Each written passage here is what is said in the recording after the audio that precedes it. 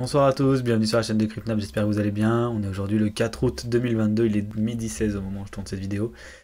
Aujourd'hui on va parler Bitcoin, voici mon support donc de cours du jour, pour ceux qui suivent notamment, qui me suivent sur les réseaux comme Twitter. Et ils ont pu voir que j'ai mis à jour, en fait, voilà, j'ai fait un x2 sur 2 pour partir d'une charte un peu près propre et faire un petit point daily, notamment sur les supports et résistances, donc aussi pour ceux qui ont checké mes vidéos support résistance dans le tutoriel. Je sais pas encore faire le truc, allez regarder en haut à droite, bam, le lien, je sais pas faire ça. Donc pour l'instant on va rester sur du classique vidéo, donc comment localiser support résistance ici, vous voyez, j'ai localisé en fait une résistance en fait, hein, qui est devenue support, hein, puisque ici on avait eu une proche clôture, donc moi toujours, donc là je fais un trait, mais pour moi c'est plutôt une zone, donc on peut déborder un peu, revenir, c'est pas non plus la mort. Je pourrais faire une zone, ça serait plus clair, comme là où je pourrais faire une zone. En tous les cas ici, du coup, vous voyez qu'on est venu la titiller pas mal de fois, ensuite on l'a revue, elle a fait résistance, on la break, elle a tenté de faire support, ça a cassé. On est revenu en break, on l'a revalidé ici, et ensuite elle est en train de faire re-support là, donc c'est vraiment on va dire un point de confluence, voilà, qui est important, comme voilà, comme l'est tout simplement cette zone ici, donc là et là, donc allez, je vais mettre ici, comme l'est cette zone, pardon, excusez-moi, comme l'est cette zone en fait, hein, tout simplement, où ici on a eu une confluence donc de plusieurs stops et retouches, donc voilà, c'est très simple, voilà, de visuel. Donc on est dans la zone jaune, donc là je voulais entourer en jaune pour que vous voyez la localisation qui nous intéresse. Ici on a vraiment des choses qui sont importantes à regarder. C'est premièrement le RSI et le MACD.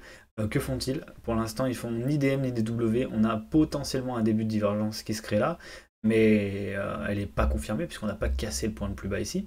Et ici, pareil, on a potentiellement une divergence. Je ne sais pas si elle n'est pas validée d'ailleurs. Si elle est validée, elle s'est validée avant-hier, donc mardi soir. Donc voilà, là on est vraiment sur une div. Le cross des zéros sera l'annonce bearish entre guillemets, donc disant que on va claquer. Et ici, vous voyez, on avait eu un peu la même chose. On n'avait pas eu par contre, ah oui, on n'avait pas eu sur ce point-là, c'est cette divergence, on l'avait eu en weekly, enfin bon, on va voir en weekly puisque on a une grosse. Et l'amorce du croisement bearish MACD et signal a fait que on a eu ce grand mouvement baissier. Donc là, j'espère pas pour nous qu'on l'aura. Donc là, vraiment, pour moi, il y a deux solutions. C'est la solution verte qui est plutôt bullish, le support tient. Et pour l'instant, il tient très bien. On regardera en une heure tout à l'heure quand je passerai sur des time frames un peu plus courtes. Et ça voudrait dire que potentiellement, on va refaire un plus haut.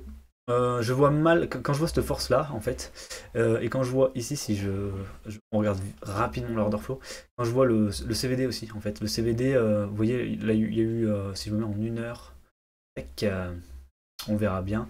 Vous voyez ici, entre là et là, on a vraiment une diminution voilà, entre là et là. Voilà, on a une diminution du CVD, et pourtant on a une hausse des prix, donc ça veut dire qu'on est vraiment drivé par les liquidités. C'est ça qu'il faut comprendre, puisque ça veut dire que ce n'est pas des acheteurs qui ont fait monter le prix. Donc ça veut bien dire que c'était du drive de liquidité, donc pour l'instant c'est le cas. Potentiellement, du coup, la zone verte sera créée, la ligne verte sera suivie, et on fera un nouveau plus haut. Mais si c'est toujours pas suivi par le CVD, donc par des achats forts, ça voudrait dire que c'est encore drivé par les liquidités, donc on fera encore une accentuation de divergence ici pour avoir le scénario rouge qui se fera simplement plus tard. Ce qui est assez bearish dans le scénario rouge, c'est que les divergences comme ça MACD avec un cross bearish qui va pas tarder à arriver, si le MACD aussi s'enfonce, on risque d'avoir des grosses craintes au niveau des supports. On ira donc certainement 19 000 $ pour checker le support. Et on verra à ce moment s'il tient, mais un mouvement comme ça peut être assez annonciateur d'une cassure baissière des supports en fait. Ouais, il faut s'en rendre compte. Après, est-ce qu'on ira à 12 000, 9 000? Est-ce qu'on va juste se poser à 15 000 et repartir? Je sais pas, mais en tout cas, c'est trop tôt pour le dire. Tant que le marché n'y est pas allé, je peux pas vous le dire, mais c'est des targets qu'il faut garder en tête, les 12 000, les 9 000. Peut-être un intermédiaire à 15 000 potentiellement, mais même pas sûr, quoi, si vraiment il y a une cassure forte baissière. Pour regarder un peu plus en détail la liste YouTube Tech, le Bitcoin ici. On va se mettre en une heure. Donc là, c'était vraiment pour servir du support que je fournis à la fois sur les Discord et sur les Twitter. Donc qu'est-ce qu'on voit ici? On voit qu'en 1 heure, on a tenté, on a tenté de poser un W en fait de l'autre côté de la trendline baissière ici. Ben, ça a pas mal échoué, hein. On a une cassure, réintégration, cassure, on a tenté des cassures ici. En aucun cas on l'a validé, hein. En fait, on a validé un petit peu ce W, mais c'est voilà, c'est pas une cassure franche. Donc est-ce qu'on peut appeler ça un W? Je crois pas. Et derrière, on pose un M en fait, hein, tout simplement. Tac, tac, tac, M. Donc là, la grosse question qui va se poser, c'est va-t-on reposer un W? Donc dans ce cas-là, on piège en fait ce M entre deux gros W, et donc là c'est très bullish, on aura certainement du coup le scénario vert dont on parlait tout à l'heure, ou va-t-on enchaîner un M derrière, et là ça serait plutôt bearish, surtout qu'on casserait cette zone, hein. Comme vous voyez ici, on a vraiment des liquidations longues qui sont très très fortes, on a cette grosse zone là qui était à observer, et on a rebondi juste au-dessus, et on gratte plus de liquidités, donc là on est en train de monter tout doucement les liquidités, tandis qu'on a mangé les shorters, donc potentiellement, bon j'ai fait un bruit à mon avis très dégueulasse pour vos oreilles, je m'en excuse, mais potentiellement on a quand même quelque chose d'assez baissier qui se profile, même si voilà, les MACD etc. sont assez négatifs, quoi. Niveau de l'order flow, voilà, du Bitcoin, on a eu, donc là c'est en 1 heure, je vais en 5 minutes pour regarder exactement ce qui se passe à court terme, puisque c'est le court terme là qui nous intéresse pour voir l'impact sur le long terme. Et là, ce qu'on a observé hier, c'est qu'on a eu des shorters agressifs qui ont réussi, bon, qui se sont fait un petit peu punir sur cette mèche là, mais qui ont réussi quand même, en rattaquant, à retourner le marché. Et ici, eh ben, ils ont fermé leur position. On a eu beaucoup de fermetures de position. Et donc là, on a un open interest qui se stabilise avec des acheteurs de plus en plus nombreux en fait en termes de volume. Donc on a en plus ce côté-là où on va dire la bullish attitude revient. Donc ça c'est pas très bon pour accumuler, en fait on accumule du long en fait. Donc potentiellement on va vraiment avoir cette cassure, surtout qu'on en est proche. Et là un mouvement spot de vente un peu violent entraînerait une cascade de liquidation assez féroce sur cet endroit là, quoi. Donc faut bien y penser. Ensuite ETH, ben, tout simplement ETH en 1 heure. Lui il a cassé sa zone en fait un peu équivalente au Bitcoin. Donc je pense que si on prend la target, je sais pas si voilà, on avait un triangle de compression. Donc vous voyez, je le fais en même temps que vous. Je le fais en même temps que vous, je le fais devant vous plutôt, voir si la target a été touchée en fait, tout simplement. Donc ici, donc ouais, vous voyez, on est venu pile poil dessus, hein. Donc voilà, les triangles c'est très intéressant, les targets peuvent être corrects, ça marche pas tout le temps parce que de toute façon il n'y a rien qui marche tout le temps, mais en tout cas vous voyez qu'on est venu pile poil dessus sur la target. Donc c'est assez intéressant. Et ici, bah, pour l'instant, je pense que ETH attend les informations du Bitcoin. Et potentiellement, Bitcoin attend aussi les informations du SP500. Parce que c'est vrai que j'en ai pas parlé pour l'instant. On a eu un très beau rebond hier du SP500. Lui, il ne diverge pas. Donc lui, il a encore de la force. Il peut encore monter. Et ça pourrait être grâce au SP500. Et donc du coup, à une information positive à l'heure actuelle du SP500, même si c'est techniquement qu'un rebond, hein, je vois pas de retournement de marché tant que de toute façon on n'aura pas pété les plus hauts, hein, il n'y aura pas de retournement de marché à proprement parler. Mais en tout cas, le SP500 qui pump aide le Bitcoin à se maintenir à l'heure actuelle.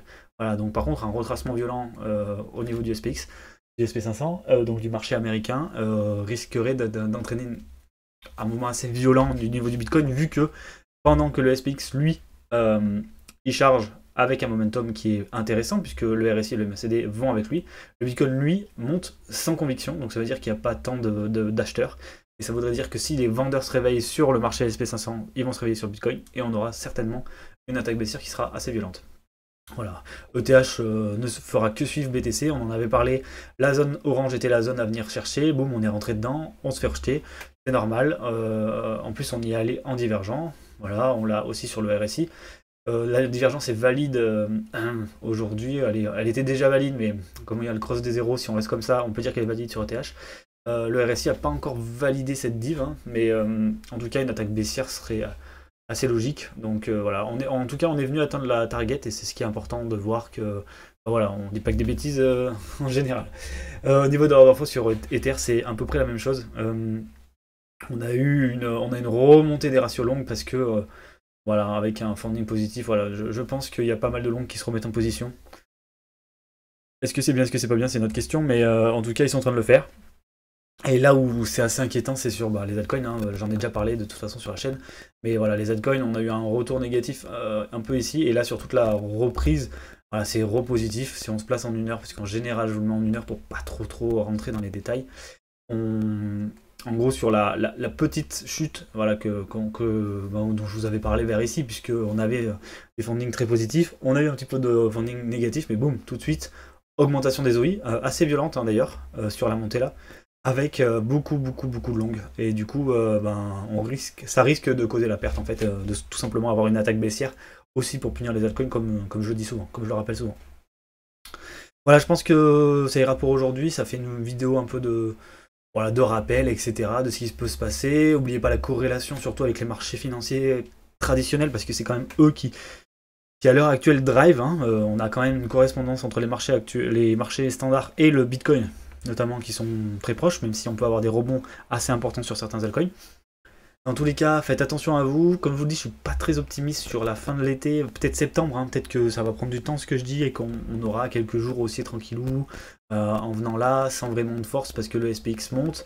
Et par contre, après, en septembre, entre les rallyes d'été, donc ça sera certainement la fin du rallye d'été, je vous rappelle qu'il a commencé ici, juillet, donc on est quand même sur une belle performance, surtout si on continue de monter. Et du coup, le merge de TH, ça semble qu'on a quand même une corrélation entre deux facteurs qui sont assez importants pour avoir une chute du marché. Donc faites attention à vous, faites attention à vos positions que vous prenez l'été.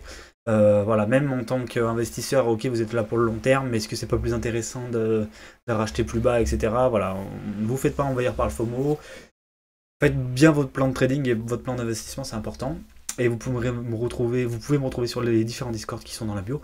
Et aussi sur Twitter, si vous avez des questions, des remarques, si vous dites que je dis de la merde, vous pouvez me le dire aussi, il n'y a pas de problème, je suis à l'écoute. Passez une bonne journée, on se retrouve dimanche, bonne fin de semaine à tous. Ciao.